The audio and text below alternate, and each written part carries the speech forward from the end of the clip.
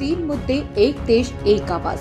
भारत मुक्ति मोर्चा के राष्ट्रीय अध्यक्ष वामन मेश्राम ने 31 दिसंबर 2024 को भारत बंद का ऐलान किया है। यह बंद भारत के लोकतंत्र और सामाजिक न्याय की रक्षा के लिए उठाई गई एक बड़ी आवाज है।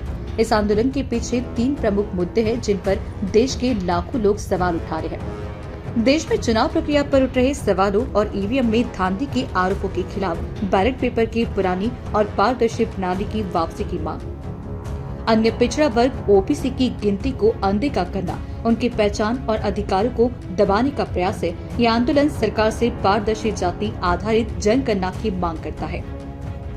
यह सारे 7 विषय को आधार बनाकर यह भारत बंद का आंदोलन की घोषणा की गई है और इस भारत बंद के आंदोलन को सफल बनाने हेतु जो लोकतंत्र का जो चौथा पिलर है, जिसे मीडिया कहा जाता है, तो मीडिया के माध्यम से हम जनता तक इस समाज के महत्वपूर्ण मुद्दे को उन तक पहुंचाने के लिए आज हम सभी आपके बीच में उपस्थित है और आपसे विनती है कि आपने लोकतंत्र के चौथे पिलर को बचाए रखने के लिए, साथ ही लोकतंत्र को बचाए रखने के लिए हमारी इस दर्द भरी और हमारे संवैधानिक जागृति और संविधान को बचाने की, लोकतंत्र को बचाने की जो लड़ाई हम लोग लड़ रहे हैं, इन सभी बातों का आप जनता तक, लोगों तक इस आवाज को पहुंचाइए।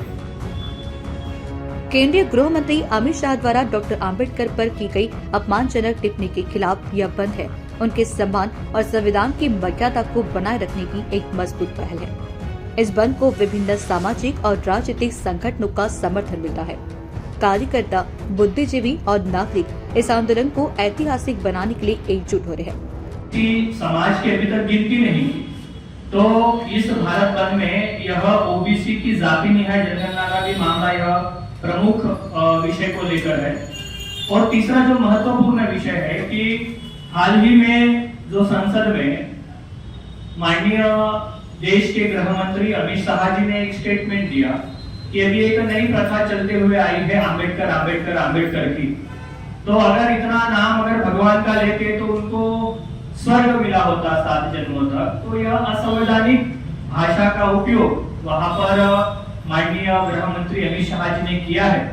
तो यह भी जो विषय है, यह महत्वपूर्ण 3 विषय को लेकर इस भारत बंद के कार्यक्रम का आयोजन किया गया है।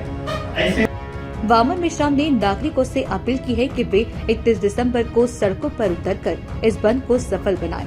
यह सिर्फ विरोध नहीं बल्कि एकजुट होकर अपने लोकतांत्रिक अधिकारों, सामाजिक न्याय और महापुरुषों के सम्मान की रक्षा का संकल्प है।